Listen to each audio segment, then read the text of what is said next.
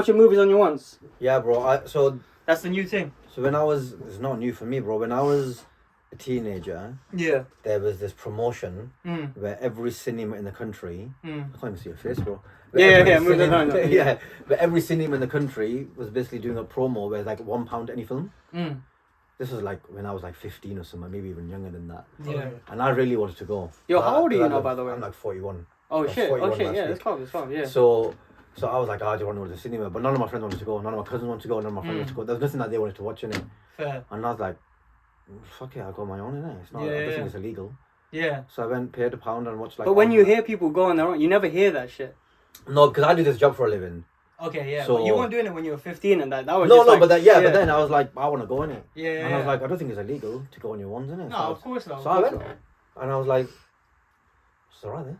Yeah, what you're just okay with being on your ones anyway. I feel a bit self-conscious going in because like people might be like, what are you doing on your ones? Yeah, because people are like couples, there's like families there. Some excuses in it. Oh, my boys are in the toilet. Yeah. I've never been to the cinema on my own, but I need to try it one day. Man. You do, bro. I heard it's. If there's a film that you just want to watch, that so much into it. That no one's into it and that, score, bro.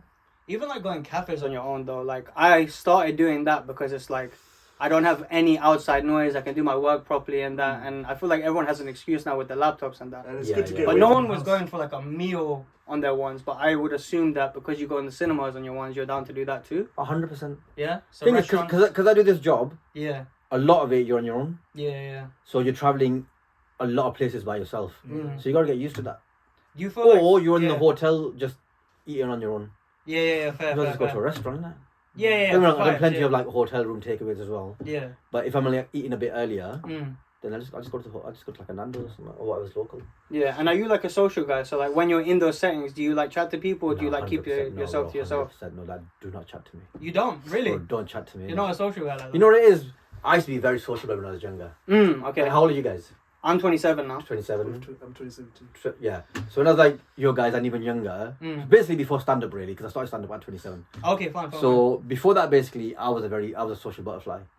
I used to love chatting to people. I was borderline obnoxious. Yeah, fair. But now that I've got an outlet, and because I meet new people all the time. Yeah. Because you kind of have to for business. Because I have to for work, and like people come up to me to chat to me, and people come up to me to chat to me, and then family, friends, and all that sort of stuff. Bro, my social battery is very low. Yeah, fair. Now, very very low. Yeah. Yeah. And how many gigs do you do like on a monthly basis? Kind of. This is what people don't understand. So when people meet me, they're like, "Oh, when's your next show?" And that's like asking someone, "When are you going to work next?" And it's I'm going to go tomorrow night. Like, so I do like, because I'm on the mainstream circuit, which means mainstream comedy clubs in the UK, and every town, city, village has a comedy club. Yeah. London has like 20. Loads, yeah. But like you know. Yo, do people address you as 8? Still. Not anymore. Not anymore. They used to. It's a long time ago. Yeah, they used to a lot, or eight.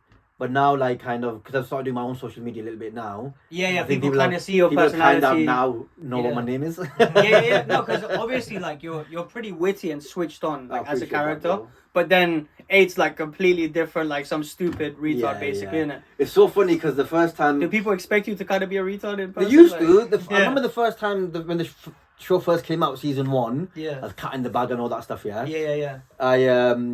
My cousin went to play football, I think like that week or something. Oh, the laptop bit.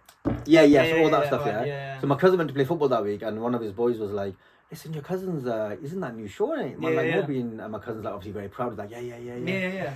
He goes, "Listen, I don't mean any offense on that, yeah, but it's your cousin, yeah, is he a bit slow?" Yeah. And it's like, it's not a documentary, innit? Yeah. You're watching an actor. Yeah. So a little bit, there was a bit of that, but then I think people quickly realised that is acting. Yeah. And then people are like. And is that like some after sick acting, you know? And I'm like, people actually think that the way you acted in the show was like how you. You know, because my real voice is not that far from. Because I grew up in Blackburn, innit? Yeah. And so the voice that I used was that kind of northern, slightly exaggerated. Kind of sounds a little bit slower, you know. Yeah. So slightly exaggerated for 8, but it's not that. My real accent isn't that far from 8's accent. So when people hear me, they know it's 8's voice. Yeah. But then my lyrics are different, innit? Yeah. The music's the same, but the lyrics are different. Yeah, that's a good way to put it. But I guess, I don't know, man. Like, people probably have that association because that's all they've seen, right? Like, a lot of people, yeah. Especially people who are not, like, brown. Well, no, probably, I would say less so, because I would say white people are more switched on to, like, stand-up. Oh, okay, interesting. So they're more likely to have seen me in other places. Why do you think that is? Why do you think white people are more down for stand-up? I think it's a bigger part of their culture. Okay. Like stand-up comedy, like people have been used to going to comedy clubs. It's part of their social life. Yeah. And it's part of like going out on a Friday, Saturday. Like it's a viable option on a Friday, Saturday night for them. Whereas for like us, it's either club or go over there. Yeah, right? yeah. Like when was the last time anyone ever said to you, "Listen, let's go down to a comedy club"? Yeah, none of my brown mates have ever said go. It's never happened, innit? But it's always like a big group of. But it's a thing, innit, for like white people, especially on a night out. That will be an option for them. It breaks up the night as well because they want to go out at like 7. Yeah. So between 8 and 10, that breaks up their night.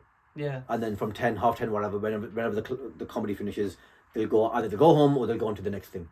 Whereas for us lot, that'd be our entire night. Yeah. Or it'd be like, oh, that's 8's too early. Like for the show to start 8, you gotta leave the house at 7, right? Yeah. That's too early for us. It is too early because we like to turn up to things late as well, exactly. right? Or we want to like 11. go to like 11 p.m. Yeah. So like, because we're not drinking and stuff as well. Yeah. So like, it's not really. We don't have to worry about that sort of lubricating ourselves at the beginning of the night. We're like, well, we don't have to worry about. It's going to be the same energy throughout the night anyway. Yeah. So, yeah. So it's don't get me wrong. A lot more brown people are going to comedy clubs, like mainstream comedy nowadays, clubs now. right? Yeah. But it's still, in comparison, I'll probably still say, even in big cities like London, Manchester, whatever, I'll probably say still 80%, 85% white. Yeah. So they'll know me. They'll have seen me come up from the comedy clubs or the Edinburgh Fringe Festival or a couple of other things that they might have had their eye on. Well, I feel like brown people mostly will have known me from either Man Like Mobeen or my social media.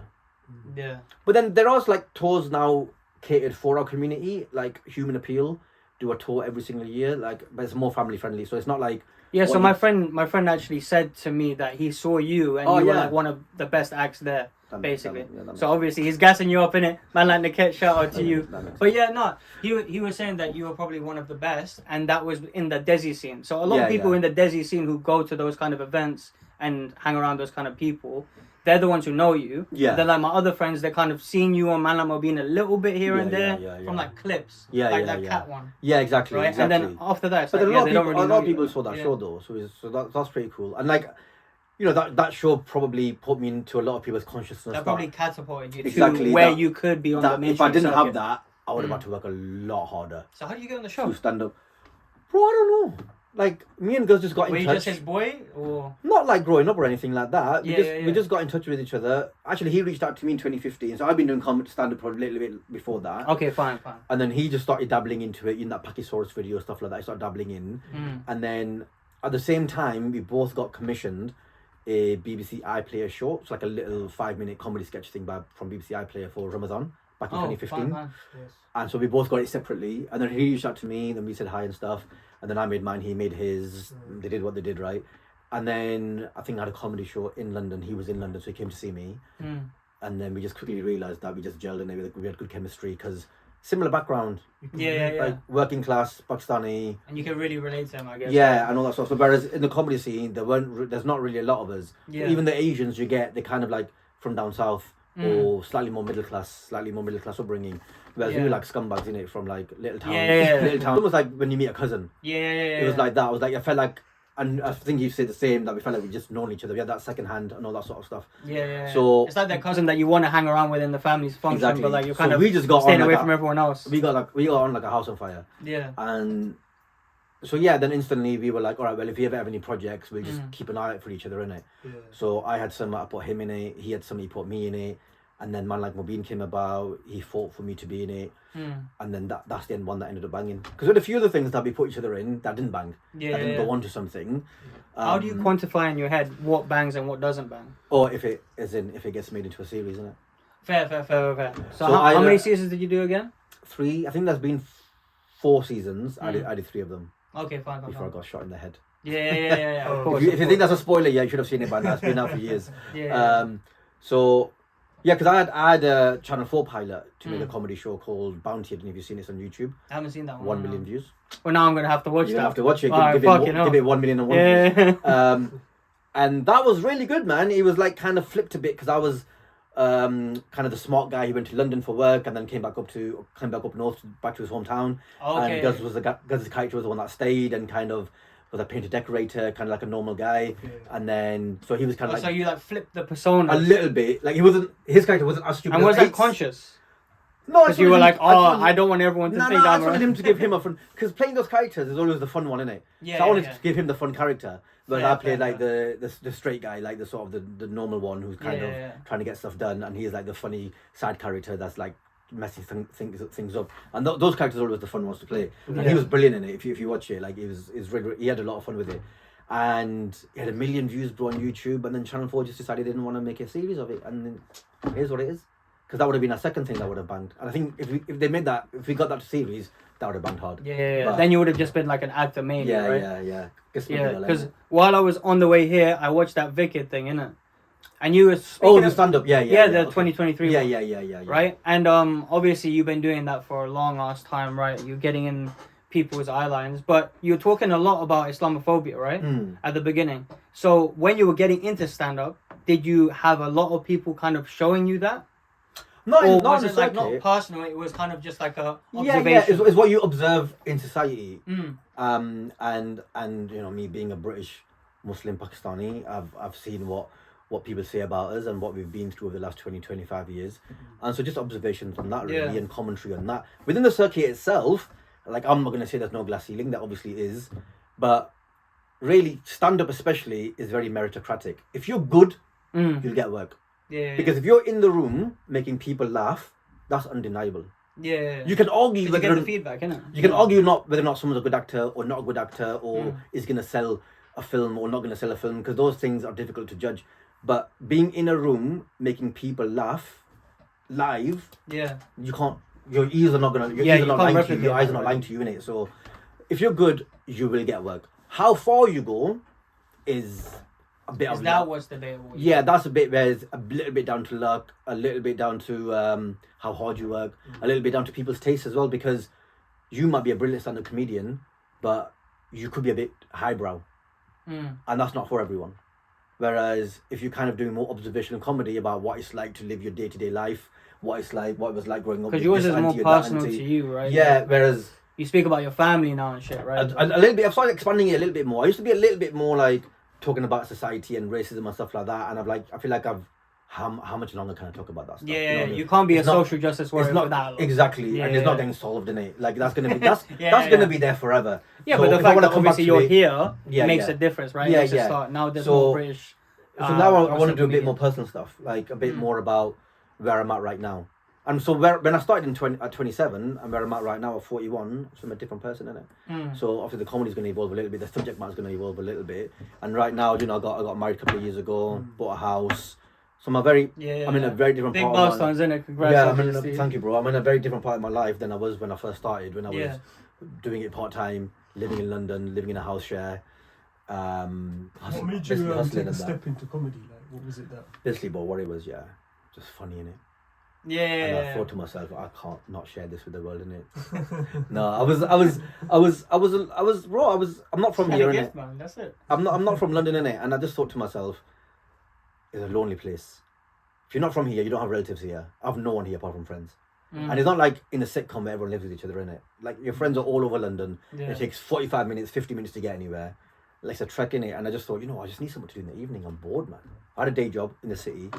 And I just thought... What were you doing? I was a civil servant, bro. At the Home Office. Oh, yeah? Yeah, proper. The Fast Stream, I don't know if you've heard of that. No, It's a graduate program for the civil service. Okay. So I passed that, got in, they put me in the Home Office. So that's what I was working. So you did your degree and everything? Yeah. Did what you were supposed to do? Did what I was supposed to do, bro. Made the family happy and then... All of that. You just felt like... Made myself happy. That's what I wanted to do. Yeah. The comedy you felt like came there was later. something missing, right? When you were working? Yeah, a little. Yeah, really. Because you know what? I wasn't a good worker. That's where he is at, to be fair, right now. That's what he was telling me. I wasn't a good worker, bro. Like, I'll be honest. Like, I'm not... I'm intelligent and I understood stuff. I just didn't like doing work. Obviously he's intelligent. Come on, man. Like, I just didn't like working, though, bro. I didn't like... I found it hard to wake up in the mornings. I have a bit of insomnia in it, so I find it hard to sleep, and then I find it hard to wake up, right? So I find it hard to wake up in the mornings. I find it hard to motivate myself. I felt like I was working in areas that I wasn't really happy working in. Don't get me wrong, in the Home Office there were some jobs I did that was sick. Like I worked in the Olympics, that was sick. 3 years, that was wicked. But there were other jobs you're like, I'm not sure about my motivation. What was your worst job? Asylum seeking policy. Okay, so what did you have to do? So it's not so much what I had to do. It's kind of like they have a policy in it where they don't really like asylum seekers and that. And then you're working in that area and you're like, I'm not really gelling with this, innit? Yeah. It's not really, I'm not really my cup of tea, feeling this, to be honest. And then I moved away from that to go to the Olympics, and that was sick. But again, it was just like I like people I worked. I love the people I worked with. I like the social aspect of it. But it just like, bro, I just wasn't asked. Yeah. And I just told myself, you know what? I don't think I'm gonna get. Still monotone for you. Yeah, I don't think I'm gonna make the career in this. That I'm gonna get you further. Yeah, I'm gonna waste my career here. Yeah. And so when I started doing stand up, that wasn't in the forefront of my mind though. It was literally I need something to do in the evening. Okay, fine. I'm bored. So it started like a hobby, and that's why you were able to wrap your head around it. Because if you just went in, if I went in probably wouldn't work for you. I'm gonna be a famous comedian or whatever. That wouldn't have happened. Yeah. But I went in going, I need a hobby, and I was actually looking for a writing workshop. So I went online googling writing workshop, and I came across a stand-up workshop, and I was like, "Wow, my friends tell me I'm funny and I so yeah. Worst case scenario, I'll make a fool of myself. I can live with that. Whatever, I'll get over it. Give my friends a good laugh in it at my expense." So I went on it. It was like 1 day a week for 6 weeks. And these things, they don't teach you how to be funny. They give you mechanics in it, gives you homework. It just gets you started, gets you writing, gets that muscle moving. Yeah, because then it gets you changing certain jokes when it doesn't get the feedback. Exactly. And so I did that. At the end of it, there was a gig for like, so everyone who was on that workshop just invited family and friends to do a gig. It was very, very friendly. Not like a real gig, but like an artificial gig. Yeah. But it's what you needed. It's like your first ever one, in it. Yeah. And whatever you've prepared in that 6 weeks, you then did in front of this audience. And bro, people kind of laughed when I wanted them to laugh. So I was like, I really enjoyed that, man. Yeah. And then I found the open mic circuit, which is this subculture in London of like the lowest rung of the comedy ladder. It's where new people go. It's where people who want to try new stuff out go. And bro, this stuff is all over London. Like Sunday to Thursday, all over London, everywhere from east to west, north and south, bro. Like 4 or 5 gigs every single night, scattered all over London. And I just threw myself into that. Yeah. Just trying out 5 minutes, 10 minutes, trying to get better and better and better. Paying my dues. Yeah. And then entering a few competitions. Putting your 10,000 hours in or whatever the fuck they say, right? Yeah. And then I just what was I saying? Did a few competitions, did well in them, and then just started making a little bit of a name for myself. Started getting into paid work and stuff, and then slowly that hobby became a serious hobby, became a part-time job, became a second job. Then eventually I got to the point where I was like, if I leave London, I could quit my job and do this full time. Because in London I was paying rent in those London rents. Yeah. So if I stop paying them London rents and I quit my job, I could probably make this work if I don't live in London. So that's what I did at the end of 2016. So now it's been from when I started to when I quit to now, it was exactly in the middle. Wow. So I've now done as much time has passed that's now. What, like 7-8 years? As it did, about 7.5 years, as it did from when I first started. 6.5 years. As from when it first started to now, there's been about 6.5 years either side. How were you able to like balance your full-time job? Oh, bro, it was hard, bro. It was hard. This is something I'm trying to do. I was tired all the time. Like, bro, man, that energy of youth you got, because I couldn't do it now, but that energy of youth is something different, bro, and use it. And if you're passionate about whatever it is you want to do on the side, if you're passionate about it, bro, just throw yourself into it. This guy's a dancer, isn't it? So that's what it? Yeah, bro, I make YouTube videos. And wicked, bro. What sort of dancing? It's like hip hop. Popping and locking and all that. Yeah, man, he's like a b-boy, man. Is it? Bro, that's how I used to get girls back in the day. I used to breakdance at uni. Yeah. I was in my uni society. I never had that upper body strength for breakdancing. And I was pretty good at it, man. I've always loved dancing from such a young age as well. That's amazing. And I started to just make YouTube videos. I love dancing when I was at uni, bro. Yeah. Is it? Yeah, I used to love it. I can't imagine you dancing. And then all of that energy I then threw into stand-up. Fair. Because you thought it was better used. I probably never got into the level that you were at, but I was alright, bro. The reason why I asked that question is pop a lock a little bit. A little bit. Yeah, because like after I finish work, like you always feel like you just want to relax and you don't really want to do anything, you know, and you got work the next day, you just want to enjoy, sit back, watch TV. But what's great about social media, which wasn't around in my age, but it was a little bit, but not to the extent that it is now. No one was doing what back then, what they're doing now, is, bro, you can just work in your own time. You can do that stuff in your own time, bro. You wake up at 2 a.m, you can still do that shit. Yeah, exactly. Where do you want to take it? I sort of want to go into like choreography and stuff. Yeah. I know, like I just want to find people that have that same goal as me of like dancing, and hopefully get a group together and maybe start choreo and, you know, do something in the future. You just need to go out there and like those Norwegian boys. Yeah. What are they called? I don't know what they call the ones that did that. They're doing super viral, bro. They did that Gala Chashma dance at that wedding. Oh, and they went super viral. You'll have seen it. You'll have 100% have seen it, bro. I'll show it to you after. But you'll have 100% seen it. I'd be surprised if you haven't. But yeah, it's just big group of lads as well. There's quite a few of them in it. There's like a So Solid crew. There's a lot of hip hop groups as well, man. Especially like Asian ones that I could obviously send you to. Yeah. You need to, you need to start. You guys need to hook me up, man. You need to throw yourself into it, man. Or just like DM people, man. Like Tez wouldn't be here if I didn't DM him. You know what I mean? That's true. So yeah, man. Also, I wanted to ask you because this is like close to home for me. But like, how's marriage life, bro? It's good, man. Yeah, because you've done it the halal way, innit? Like I'm trying to be like you, bro. Obviously, yeah. It's you know, I haven't done that in my past, you know. So yeah.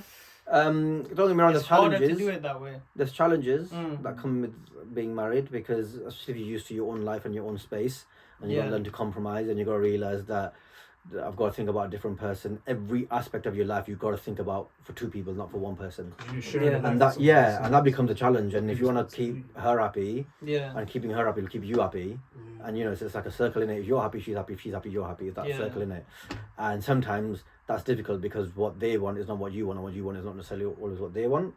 So that sometimes be challenging. So there's compromises need to be made on both sides. But bro, man, love conquers all in it. So because I heard you saying that you were basically like a man-child growing up. You didn't really do like the dishes and that at home because you didn't have to. Mom cooked and that. I had the same scenario at home. I'm sure a lot of people do. So what advice do you have for the man them who are doing that? Yeah, get a training, bro. Get in that kitchen and start training. You don't have to do 50-50, yeah? Yeah. You gotta help out a little bit. Yeah. Especially if they work. Yeah. If they work, bro, you gotta get in there and help out, bro. And these days that's likely gonna happen, isn't it? 100%. You can't work. You can't live in the UK without 2 salaries. Yeah. And so if you want to maintain a lifestyle, and they want to maintain a lifestyle, you've probably got 2 salaries coming in, unless you're doing super well. Just whatever, do your thing in it. But then you, bro, also make inshallah one day, obviously. Make chores fun in it. Chores out, do them together. How do you make chores fun? How do you do it? You do them together. Oh, fair. No bonding technique. Yeah. And also if you've got playful personality like me, it can be fun in it. Yeah. I guess you can make it like brownie points, rewards, and that sort of stuff. Don't take life too seriously, innit? Yeah. That's the thing. Yeah, man. I don't know how you do this fucking stand-up shit though, because I can't. Whenever I do public speaking or anything, I always get a little bit bewildered. Even like while you're doing it or before. So So let's say for example I'm doing marketing meetings at work, and every time I'm like standing in front of like loads of people, I always get thrown off a little bit. How do you sort of not pay attention to people eyeballs looking at you? That's hard. I don't say that I don't, because I do. Because I know you do crowd work to kind of like give yourself some time to recollect after a big laugh. It's funny because like when you're doing stand up and you've got 100 people, you might have more, you might have less. When you're saying 100 people, right? You've got 100 people in a room and 90 of them are laughing. Yeah. The only people you see are the 10 people not laughing. 100%.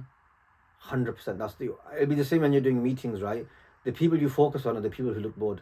Yeah. And that puts you off. Like they just drop it off. Yeah, because you're like, and they might not be bored. That might just be their resting face, innit? Or they might just be taking in information. Yeah, exactly. And they're taking in information face is just so dead. But you're thinking, oh shit, this person's He doesn't care about what which means that what I'm doing is boring. Which means that this is not engaging. They're not engaged in that. And then that puts you off, bro. But you got to get past that. Like, stand-up is different.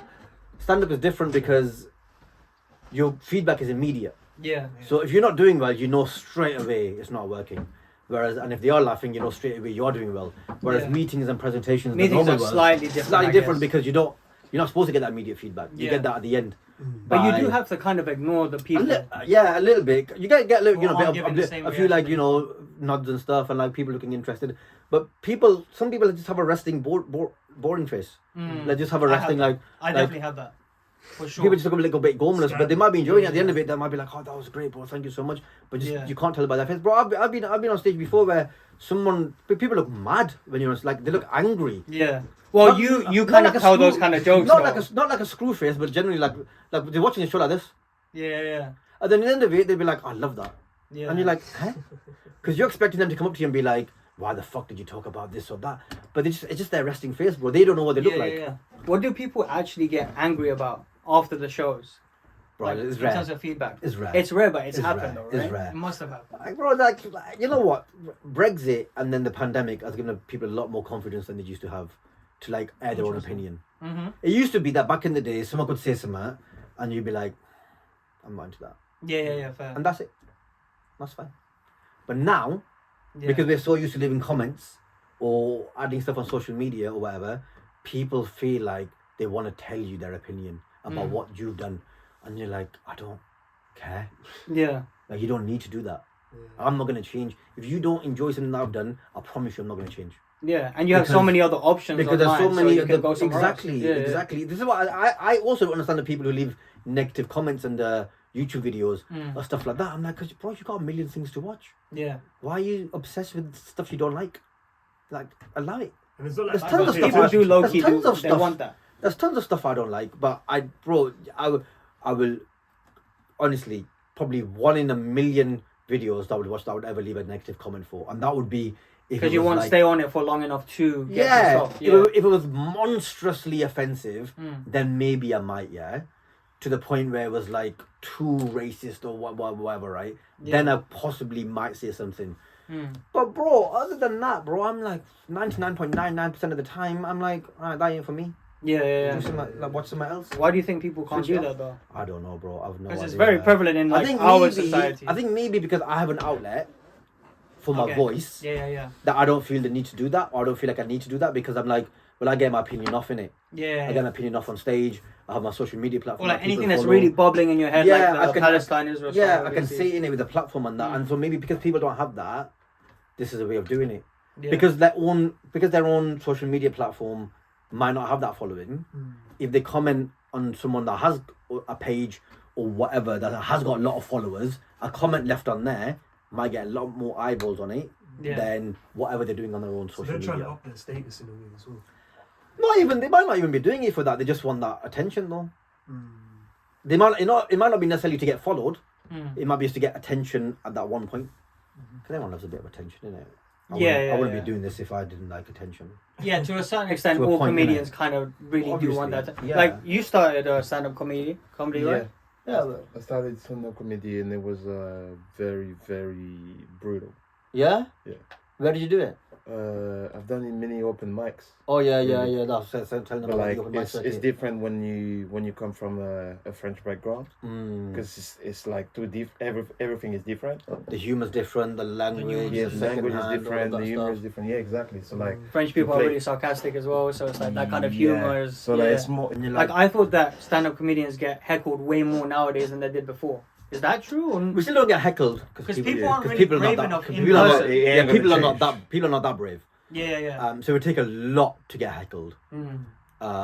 Anybody trying to slap you yet? No. Not yet. They weren't there. But he's gonna get there one day, and then let me get bigger. But Will Smith slap you. No, that's the thing. Will Smith wouldn't have slapped Dave Chappelle. Oh yeah. He's too big. Do you know what I mean? He wouldn't have slapped Dave Chappelle would have fucked him up. He wouldn't have slapped anyone that would have hit him back. He wouldn't have slapped Kevin Hart, even though Kevin Hart's smaller.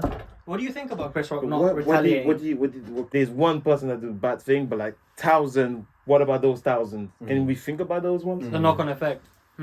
That's not gonna do like that's not gonna defect our community, but like that part of Will Smith, it was upsetting. I couldn't.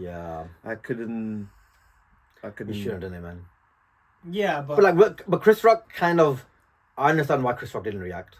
Yeah, I mean it was good. It's just gonna turn. It was good promo as well. It's gonna for turn the into next a scrap in it, and that's undignified. Yeah.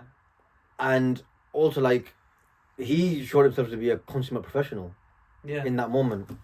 Yeah. So you rated him for that, really? I did. Yeah, I rate him for that. But I mean, I would think I would have 100% tried to get a lick in. I mean, Will Smith's a lot bigger than me. I'm sure he'd batter me. Yeah, but at least one. You try to get a lick in, though, innit? Yeah, 100%. But I'm saying he did it to Chris Rock because he knows Chris Rock and he knows Chris Rock wouldn't have hit him back.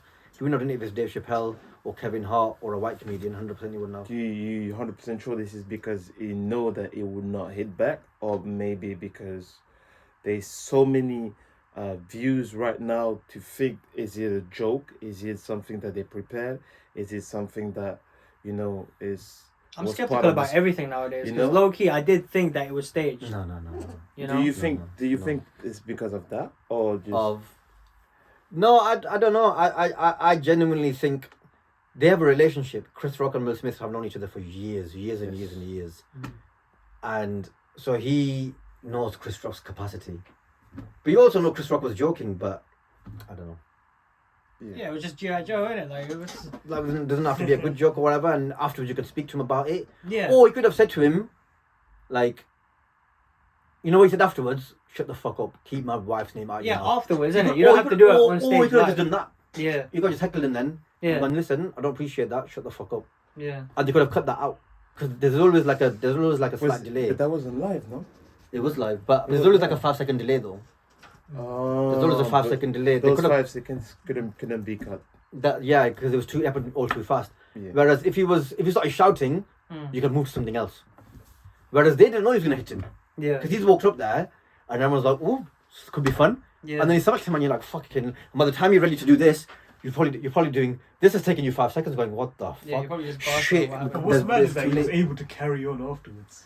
Yeah. That's not. That's not The fact that he won the Oscar half an hour later, which is mad. And I feel like nothing happened. And they had to because like if he's won it. Like that those decisions are made beforehand. Yeah, the votes are in already. The votes are in. Yeah. That's so funny. Yeah. And then Chris Rock just had to be like sharing a stage. Yeah. Man, At the same, bro. Yeah, no, that was the whole thing was fucked up. That was the hilarious. What do you think about white people being the new terrorists? Cultural appropriation, isn't it? Nah, he made a joke in his stand-up special. He basically said there was a statistic, right? They've always been terrorists, bro. Yeah. They just You know want what our I mean? shit, basically. Yeah, exactly. They saw what we could do, and they're like, we'll have that. No, bro. Every culture has violence in it. It's just that when brown and black people do it, they give it a certain label, and when white people do it, it's a different label. It's so crazy how Like, like when you the get whole gun system has changed. When you get gun innit? shooters in America, Yeah. and there's a lot more of that than there is terrorism. What they call terrorism, they don't call that. If they call that terrorism, which it is, then bro, they call that terror attack. Yeah, it's a different. There would be the statistics would be way more skewed towards white people because like those gun shooters in America, well, there's like one a week. Yeah. And they're not gonna stop. They're not gonna stop, bro, because there's some psychological thing in it. So, well, until they give the guns up, which they're never gonna do. So it's a protection thing, isn't it? They feel unprotected. Well, it's part of their amendment, isn't it? It's part of their constitution. It's deep and down they into believe in the their culture. constitution like we believe in our that's their holy book, the constitution. So I mean, knife crime would stop here if there were guns, but like we're never gonna do that. It's part of our culture. We used to have guns, bro. Yeah. Yeah. When did we have guns? Not like how they had it in America, but we used to Yeah. have guns, and then a couple of incidents like that, like the American incidents, and they were like, "Yeah, it's not happening." Everyone gives their guns up. We didn't have guns like on the street and stuff, but like it was a lot easier to get a gun than it used. Then like, now it's impossible unless you're like special license or a farmer or whatever. Yeah, but back then they were not like readily available. There were people weren't walking around with Glock 9s. Yeah, but you need to be certified. But like it was less hard to get a gun than it is now. Back in the 90s. Yeah. Also, what he was saying about like how it's different for a Parisian to come to an England crowd. Did you feel the same way with Blackburn coming to London? No, because British humour is British humour. Yeah. Don't get on the subtle differences between being northern and coming down south and stuff like that. Yeah. But British humour is British humour, bro. Because I find that northerners are just more friendly. And funnier and better looking. But like, but British, we all watch the same TV. Yeah. And the same films and stuff, and so that British humour is quite universal. Yeah. That sarcasm that we have, that dryness in our humour and stuff, that's quite universal. But like when you're so dry with it and you make jokes like the white thing of white people being terrorists and stuff, do people think you hate those groups or sometimes? Yeah, especially now because I think like because obviously you don't, right? Yeah, like, obviously they kind of made your career as well. Obviously not, like saying. You know, as people are people, I love all people. Yeah, but like I think people have dumbed themselves down. Okay, it used to be that people would be like, maybe he's being sarcastic. Yeah. Maybe he's just taking the piss. Yeah. Whereas now people just want to be angry. They're like, well, why would he say that? And you're like, maybe he's being sarcastic. It's like, no, he's not. And it's like, why are you making these judgments for? Like, the same people 10 years ago would have gone, oh, sarcastic bastard. Yeah. And now they go, why is he being racist? And you're like, why have you this ability to like have a bit of nuance and your mind to be like, take a step back just a second and be like, maybe just taking the piss. Yeah. We've just lost that. Because people just want to be angry all the time. Yeah. And also like anger is good for the algorithm. Yeah. So when you're angry and you share things from a perspective of anger, it gets shared a lot quicker. Hate comments are good for the algorithm. Yeah, hate comments, and then that attention is good for the soul. and then you end up in a negative loop where you're like, well, if I'm negative, I get more attention, which is great because I like that, so I'll be more negative, which is getting more attention. It's all money making schemes. So no one's anymore. Whereas really, if you ask them offline or if you were interviewing them really, what do you really think about that? Like, maybe they were taking the piss. Yeah. But if you say that, maybe they're taking the piss, who cares? That's not opinion worth sharing. Yeah, and I guess if like someone obviously brings you onto a podcast and asks you like, do you hate that group? If you say no, obviously I don't, and you're like really like I really don't hate this group, you're kind of trying to do it too much, then people are gonna say that you're racist. Yeah. Because obviously if you're like the lady does protest too much, but I'm like it's not even a question worth answering. Yeah, exactly. You can't really apologize anymore, can you? No. I mean, people like look at Trump for example. I mean, Trump has taught the world this. Just don't say anything. Just if people are mad at you, let them be mad at you. Yeah. You don't need to do anything about it. Because everything, eventually, people move on to another story. Because it's a news cycle, isn't it? Like after like 2 weeks or so, like they're going to people move on to another news story. So if I make a joke and people are angry about it, I'm like, all right. Just leave it. 2 weeks later, they'll be angry at something else or someone else. Was there a joke that you told that you felt like you wanted to address it, but then you told yourself, oh, I can't do that? Not really. None of my material, like maybe a couple of it has. It's more like I get in trouble more for stuff that I say on Twitter. Not in trouble. I won't say in trouble, but like people come after you. Get more backlash. Yeah. Stuff that I say on Twitter, which is generally sharing my opinion on politics. Yeah. Which I should really stop doing. No. Twitter is Twitter. It's gonna be like this. Yeah. But Twitter is a horrible place. Yeah. It's a horrible place. So and like I'm like man. I should just don't know what's going on. I should do that in my comedy, but yeah, I don't know. Yeah, because you already have the outlet. You don't need to double up on it. Exactly. And I'm not changing anyone's minds. Yeah. Well, there are times where when you're doing your comedy, you kind of forget what to say, or you just like you don't know what to say. Very rarely. Because now, especially with the experience I've got, I'm very good at improvising. So if I ever now got like I don't really know what to say, I just start talking to the crowd, and I'll do crowd work, and I'll create something that way. Whereas back in the day when I was a lot more scripted and rigid to what I was going to say, very few times, very I can probably less than 5 times in like 15 years that I've forgotten what I'm supposed to be saying. So it's all about the improvising that gets you. No, yeah. But back then I was just remember it. Like you kind of know where you're starting, you know where you're ending. So you're kind of gonna get there somehow. And as long as you get to that point, you get to that point. Well, not a lot of people can do that, So that's like a special skill to do. Yeah, but it's also experience, practice. Anyone can do anything with practice. So obviously, it takes a certain amount of talent. Like with dancing, you need some natural rhythm for a start. If you have that if you have natural rhythm as a foundation, you can learn to dance. Whereas if you don't have that, then you can just learn steps in it. It's all quite rigid, like watching some of these. So you gradually got better at improvising. Yeah, because it's a muscle. So the more you exercise. So at the start, was it a bit? Oh yeah, I wouldn't know what to say. Like if I was starting at the beginning, like, what do you do for a living? And you're like, I'm in HR. I'd be like, oh, nice. Good for you. Cool. You like talking to people? Do you enjoy it? Yeah. Do you enjoy it? Yeah, nice, cool. Whereas now you're like, all right, I know where to take that, or I know where not to take it and stuff. Or you're like, you know what, that ain't even worth pursuing. I'm gonna move on. Like you tend not to go down those rabbit holes if you know through experience, because you've been down enough rabbit holes in your life on stage that you're like, that's a rabbit hole I'm not going to go down. I can sense that I'm not going to get anything out of that. I'll move on. I mean, do you ever get bored of comedy? Yeah. Sometimes you get bored of your material. Like you must need a break every once in a while. Yeah. Sometimes the travel is a bit much. Sometimes. Yeah, because you're going up and down the country. Like I've got I've got company now because my missus comes with me a lot, but before that a lot. That's nice. Yeah, it's very nice. A lot of the time I was on my own though. Before that, and so I guess. Why were you single for so long? Well, it's hard, man. Why is anyone single for so long? It's hard, bro. Especially finding someone who's compatible with you in this job is very tricky. Yeah. Because you have so much attention as well, right? Well, not even that. It's like they gotta accept the fact that you do this for a living. You're in the public eye, and your job is public facing. You're gonna be out and about. You travel a lot. They might be home on their own sometimes. Yeah, that's a lot for someone to accept. Yeah, but then obviously you sacrifice and you do more dishes than that, and then you kind of equal out. You just gotta be more present when you are there, innit? Yeah, exactly. When you started making more appearance, what was the most difficult thing that you wasn't encountering?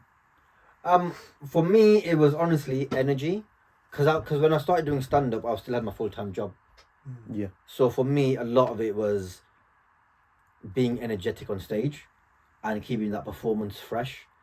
Because sometimes when you do something too much, your brain just like you just go on like with a sort of attitude of like, guys, hi, how you doing? It's nice to be here.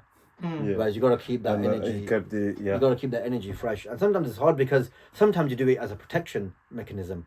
Because if you have a run of bad gigs, if you have 3-4 bad gigs in a row, what your mind will do to protect you from it is you go on with an attitude of I don't care. Yeah. And so if you don't do well, like too nonchalant about it. Because if you don't do well, it seems like you don't care. Yeah. But if you go on like massive energy, hey guys, it looks like you're trying to make people laugh, and then they don't laugh, you feel like a fucking idiot.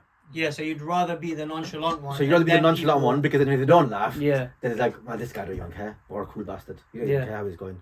Whereas inside you do, of course you do. Yeah. But you want to outside, but then that's also not good though, because then you're not getting any energy to your performance, and some of your bits need energy to work. Yeah. Whereas you're just doing everything. Especially if you need to be sarcastic in that moment and you don't want to come across racist and that. I wanted to ask you about the rap beef, bro. So do you listen to rap? Is it like Kendrick and all that? Yeah. Yeah. Kendrick, Drake, and J. Cole. Yeah. Right. So I'm a fan of J. Cole. Right. But he apologized to Kendrick Lamar. Yeah, that's weird. Yeah. How do you feel about that? Fucking pussy. That never happened. Bro, I'm so angry at him because like I stand for him all the time. He's on all of my stories. Why would you apologize? I've seen Kendrick live. Yeah. Incredible, yeah. Yeah. So I'm a Kendrick. In this, I'd be a Kendrick guy. Yeah. He went in hard, but yeah, no, I thought it was mad. Why did he apologize? What did J. Cole do to apologize? So basically, in the lyrics, he was saying to Kendrick that like, oh yeah, you fell off like The Simpsons, and then afterwards in a live show, he said, I don't really believe that he fell off like The Simpsons. I think that maybe he had a couple of albums that weren't as good as everyone else thought it was, but yeah, for the most part, he didn't believe it. So he took off the last track from the EP that he just released, which was the diss track, basically. But no rapper has ever really done that. And then, like, they're regarded as the top 3 rappers, you know? Yeah, of course. And it seemed like J. Cole was kind of edging into that top spot a little bit. What does he... Yeah, so I'm a die-hard fan of hip-hop. Matter of fact, this is how my whole podcast started off, because it's like hip-hop grinders, hip-hop hustlers. No, it's never been about J. Cole. It's never been about competition, man. Like, think about when he was putting on Life Please, you know, when he put on Kids, when he put on different albums. When you look at the way he grew his career, it was always about growth. There's something that hip-hop missing for a very, very long time. And one of those things is be able to drop the ball, being the bigger person. There's none. It's true. It's good. Like to have like everyone's now jumping on the bandwagon. You know, there's Chris Brown dissing Quavo. There's Rick Ross. Yeah, everyone's dissing. Everyone's dissing everyone. It's a snowball effect. I grew up on dissing, bro. I'm a child of the 90s, bro. I grew up in that Tupac Biggie. Yeah, me bro. Too. But like it's. But like, so no one wants anyone to die, obviously. Yeah, exactly. Of course. But you know, Jay-Z and Nas they make good songs. But Jay-Z and Nas had a good to and fro. Yes, you know what I mean? Yes, and that was good. But like, and then now they passed on the baton because but I feel like the drill would be a good medium for rap beef. Do you know what I mean? Like 100%. Like drill is just like Digger D, like people, always does. People will die. I'm telling you, people will die. That's the problem, innit? People will die. But they'll die though, innit? That's the thing, innit? No one wants that. But like these guys, obviously at the top, they're not gonna like die for it. But that this kind of thing you don't know because we haven't seen it yet. You see what I'm saying? You haven't seen someone acting on behalf of someone. You know what I'm saying? You haven't seen it. You haven't seen like this proper real beef. Yeah. Like the only people that we saw dying was Takeoff. You know, and when Takeoff died, it was like over some real stuff. Yeah. That we don't know the specific, but from what we know. It was what was the young kid called with the braids and the rainbow hair and all that who went to prison? 6ix9ine. 6ix9ine? Yeah, 6ix9ine. Listen, if no one kills 6ix9ine, everyone's fine. Yeah, literally. Everyone's safe, man. If no one took him out, everyone's safe. Who you want to? He's a baby. It was nowhere near the real beef. It was nowhere near like the. So you'd be a Kendrick guy in the beef. 100%. But I'm not probably like I'm not a connoisseur like you guys though. Yeah. I mean, he's definitely the connoisseur. Yeah. I'm a casual very much. Yeah. But I just like what I like. Yeah. So is that your genre? Or like, what kind of music do you listen to? No one probably knows that, right? Everything, bro. Like hip hop and R&B. Yeah. Pop, rock, like everything. Just everything that's good I listen to. But like I'm not like I don't delve too deep into one genre. Fair. So like I wouldn't like if you could name some names in hip hop that I'd be like, right, I don't know that. Yeah, fair. But like the guys who are big, I'd know Travis them. Scott, A$AP Rocky. Yeah, like the guys who are big, I'd know them. I'd know them, and especially from my era. Yeah. Like this era, definitely less so. Mm. But my era, like I'd know the names and stuff. Especially like the guys who made like pop music. Yeah. You know what I mean, like Nelly and all that, like Busta Rhymes and Yeah. stuff, right? Like you know, like school. yeah, like so that's the era I grew up in, and like R&B, got like Usher and all that era, right? And then you know like rock, bro, like Oasis and what are they called? Red Hot Chili Peppers and all that, bro. I love that shit. I love that shit. I love that shit, bro. Linkin Park. Nah, bro. That's too. That's too alternative. Strong. No, not strong. Not strong enough, bro. That's too weak, bro. That's weak sauce. That's a weak tea, bro. Linkin Park is weak tea, bro. Although I did like the Jay-Z crossover album, but that's weak tea for me. Yeah, fair. So you need the hard stuff. Yeah, it's not the Stone Roses. You know what I mean? It's not the Rolling Stones. It's like it's not my go-to genre. So the stuff that I like in rock and indie is like the commercially best stuff. Yeah. Whereas if it's a bit too watered down, I'm like, nah, might as well just listen to Limp Bizkit then, innit? Yeah. I mean, man, anything that you want to see in the comedy scene in the next 5 years. I want to see more people from my background, bro. There's a couple. They're coming through for sure. Yeah, they are like, but more so in the online space. Yeah. Like in terms of stand up, there's a couple of people coming through, but not loads. Who do you like? Other comedians? I like my boys, innit? Like Ishan and Kay. Yeah. There's a new kid coming through called Fazan. There's a couple of kids from Northwest London called Mohsin and Farhan. And so they're all good lads doing good stuff. But and do you kind of take them under your wing and stuff? And nah, or not really? I ain't got the time and energy for Let them do their thing. And yeah, then, bro, because that's how you learn, innit? When they've done something mad, then you're like, no, oh, but yeah. No. If they ask me for advice, I'm always there for anyone. Yeah. And even if I didn't know you, like if you were a stand-up and came to me for advice, I'd give advice. It's not a problem. But I ain't got the time and energy. It's a long road. Yeah. And you got and the only way to do it, and my advice to anyone who wants advice or needs advice is, do it. There's no other way of doing it. Stop second guessing yourself. Yeah, there's no other way of doing it. There's not enough advice you can get to make you good. Yeah, of course. The only way you get good is if you do it and you learn from your mistakes and you learn from your successes and you adapt and you carry on. Plus, you probably get so many people in your DMs asking for like the same kind of advice. I do, but people ask me like, how did you become an actor? And it's like, bro, I don't know, innit? I didn't go to drama school. Well, what kind of actor do you want to be? I didn't go to drama school. I didn't do auditions and that, innit? I got I started in stand up. People liked what I did, and I got put in something. So I can't. There's no advice I can give you. That's not a model to follow. Yeah. So I can't say it. I don't even know. You're just saying reps and luck, innit? That's basically vibes, innit? Yeah. No, like obviously modicum of talent, hard work, and bit of luck. But I would say to anyone who just go out and do stuff, man, and especially now with like therefore you have to put a lot of work into making that product quality, right? Yeah. And I'm saying I don't want to do that. I'm saying I don't want to be in it. Oh, okay. I have to be because that's the game. You're the guy. Even if I'm doing it once or I'm doing it 10 times a week, I have to play the game, and I don't want to. But because it's not why I didn't start doing it. And do you have a team doing it? Like nah, obviously with stand-up clips, I guess it's easier to do clips, that. kind of you gotta clip them up and stuff. But even then, sometimes the algorithm works in your favor, sometimes it doesn't. Yeah. Like because sometimes like people who follow you won't see your stuff. But the amount of times, I'll advertise the show and be like, say I'm going to Birmingham. Yeah. I'll say I'm going to Birmingham, and I've been talking about a show for 6 months saying I'm going to Birmingham. The day after the show, so now I've gone, I was in Birmingham, what a great show, thank you for coming out. Someone will be in my DMs going, I didn't know you were coming to Birmingham. Yeah.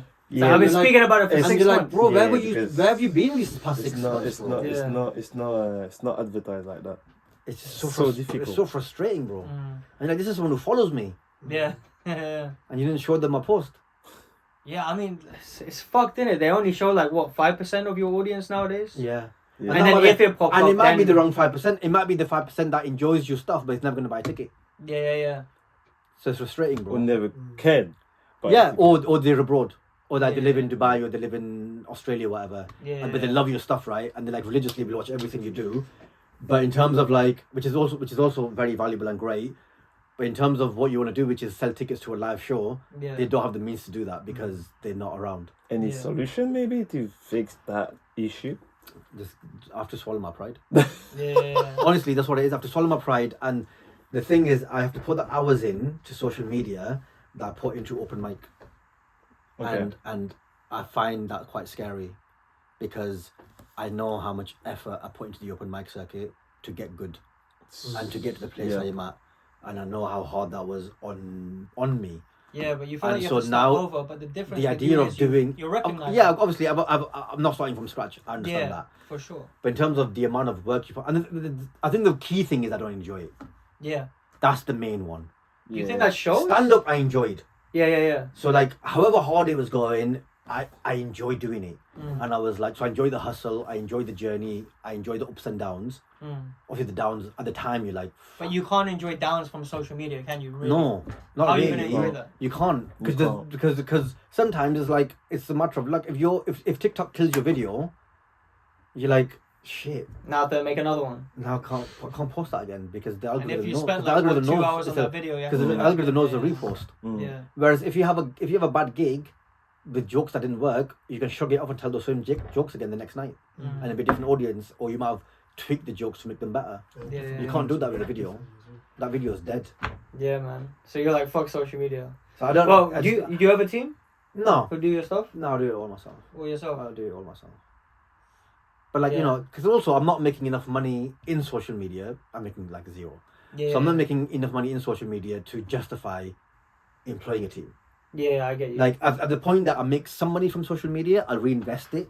Yeah, fine. But I need to make something first to reinvest it. Yeah, because with the open mic gigs, obviously you get paid straight away, right? Kind of thing, so it's easy. Oh man. Well, you know what? You're doing shows in the UK and that. You got stuff coming up, right? Great. Oh man, things are good. Doing great. Things are good, man.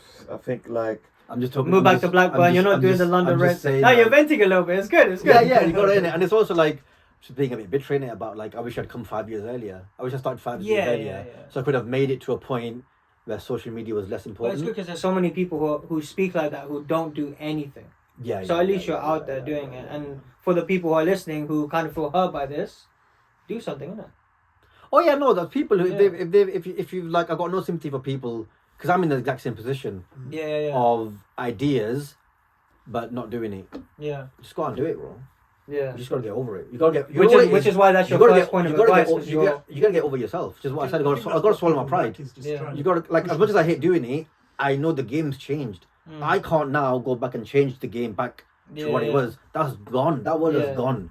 So I have to adapt. And if I don't adapt, I'm gonna plateau. I'm gonna carry on where I'm going, and eventually I'll dip because new people will come and take that place. Where if people don't see me, someone else will take that place. So I've got to adapt. I've just got to I've got to get over my... Given the context behind it. Exactly. Yeah. It is difficult. And seriously, like, that's why I was happy to be on the show as well, because just to hear, like, what were you thought about it, or how you were doing this, how you were navigating through your life, because it's difficult, because we talk about our lives through this. Yeah, you put yourself out there. Yeah. You know what I love about this? I feel like I'm on CBS. I feel like I'm Michael Richards and you're Thierry Henry.